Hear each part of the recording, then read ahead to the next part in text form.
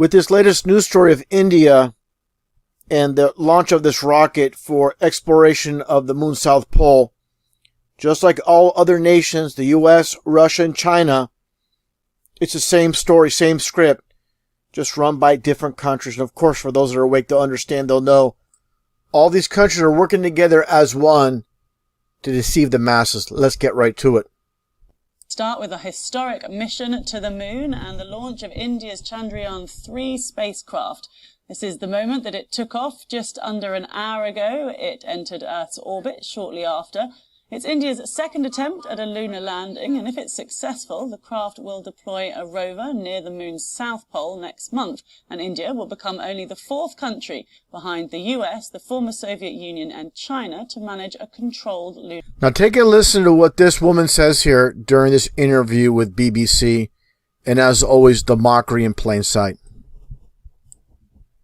So, when we look at NASA's, the budgets run into hundreds of millions, billions of dollars, whereas the Chandrayaan ones are doing it for $75 million, something like that. We spend more on making movies.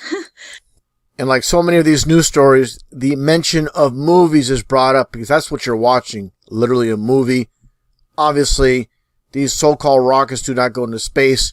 Just like in Florida and Cape Canaveral, they just dump off into the Atlantic Ocean.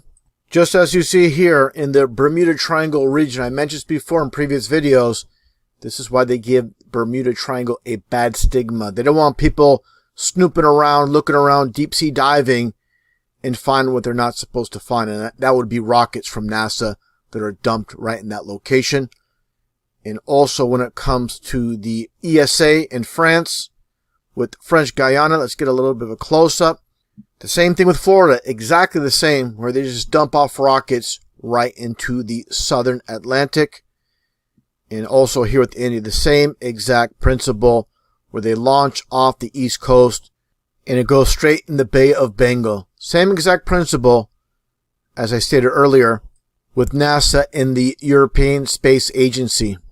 And as I stated many times in the past, there's always these Masonic fingerprints all over the place with their news stories. They always put their signature on what they create. Example here, and they use very large channels on YouTube, as you see here. Nearly 7 million subscribers to Get Science, Fly Science, with the supposed launch to the moon with the Chandrayaan 3. And one thing I want to mention, Chandrayaan means moon in northern Indian, and Yaan means craft or vehicle. So literally it translates to moon craft or moon vehicle. But nonetheless, this particular video has 2.3 million views. And again, the Masonic fingerprints, as always, in this clip from the channel owner itself, no doubt working with the inside. Take a listen to what he says here. Equally challenging भी होने वाला है, क्योंकि सबसे पहले तो moon पर soft landing करना ना मार्स पर सॉफ्ट लैंडिंग करने से भी ज्यादा मुश्किल है. एंड यस, वही मार्स जिस पर मून के कंपैरिजन में 33 टाइम्स ज्यादा क्रेटर्स हैं. So you saw that. I'll back it up here. You know, again, the Masonic fingerprints, comparing the moon to Mars and stating how Mars has 33 times the amount of craters than the moon. They gotta fit in that 33, and of course the orange color itself for 33. And getting back to NASA, just like Kennedy Space Center with the runway number 33 and Kennedy itself being 33 in Pythagorean numerology. So again, this is very important for people to understand. They put their signature, they put their stamps behind all their productions.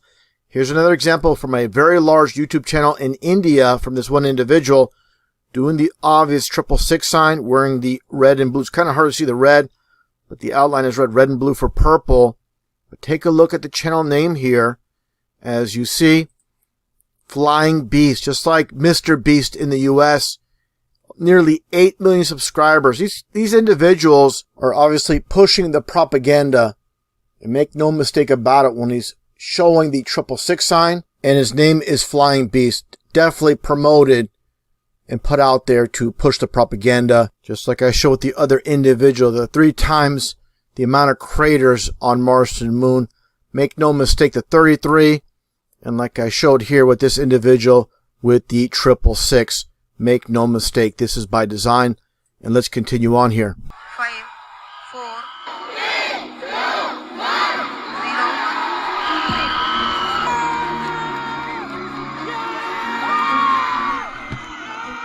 just like SpaceX, no difference. You have a bunch of cheerleaders, like a bunch of girls at a Backstreet Boy concert cheering this on.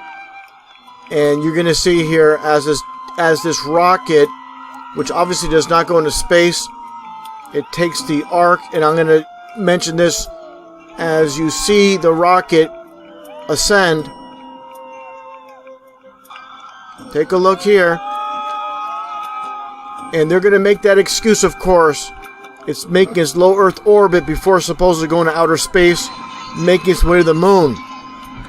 If that was the case, why don't people on the other side of the ball Earth see the rocket? And there you go there. I'm going to pause right there. So supposedly, again, this rocket is making its low Earth orbit, basically going around the so-called ball Earth as you see here. And again, why don't we ever get footage from other people on the so-called ball Earth before the rocket makes its way into deep space? We never get that because obviously, like I said earlier, these rockets obviously do not go into outer space, as I showed earlier here with this one still, they just dump in the ocean. That very simple. And if India was truly going to the moon, as they state, why don't they simply put a camera on the moon so we can see the so-called ball Earth spinning from a 24-hour cam stationed on the moon for all to see? They don't do that because they can't. They've never been to the moon.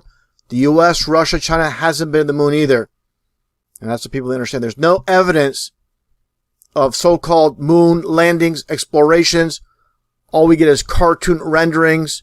We get a rocket launch and no actual evidence that these rockets go to the moon.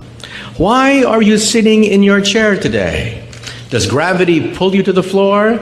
No. There is no such thing as gravitational pull. We lied to you. First of all, we are born scientists. When we're born, we wonder what's out there. We begin to wonder about the sun, life, the stars, what makes the oceans, the weather. We're born scientists. And then something happens. When we hit the danger years of junior high school and high school, that's when it's literally crushed out of us. Those are the worst. Every little flower of curiosity, said Einstein, is crushed by society itself.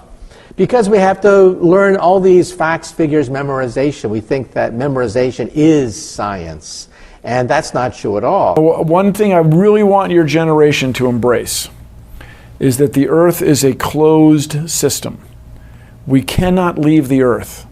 There's no place to go. Human action resounds in the heavens. The bell echoes above. What we decide here today will polish or crack the firmament. What shall it be? Human action resounds in the heavens. The bell echoes above. What we decide here today will polish or crack the firmament. Been lied to by textbooks, and that dude who jumped out of a perfectly good balloon, what's his name? Felix Baumgartner. He would have been about 2 millimeters above the surface of this globe. That's his edge of space jump.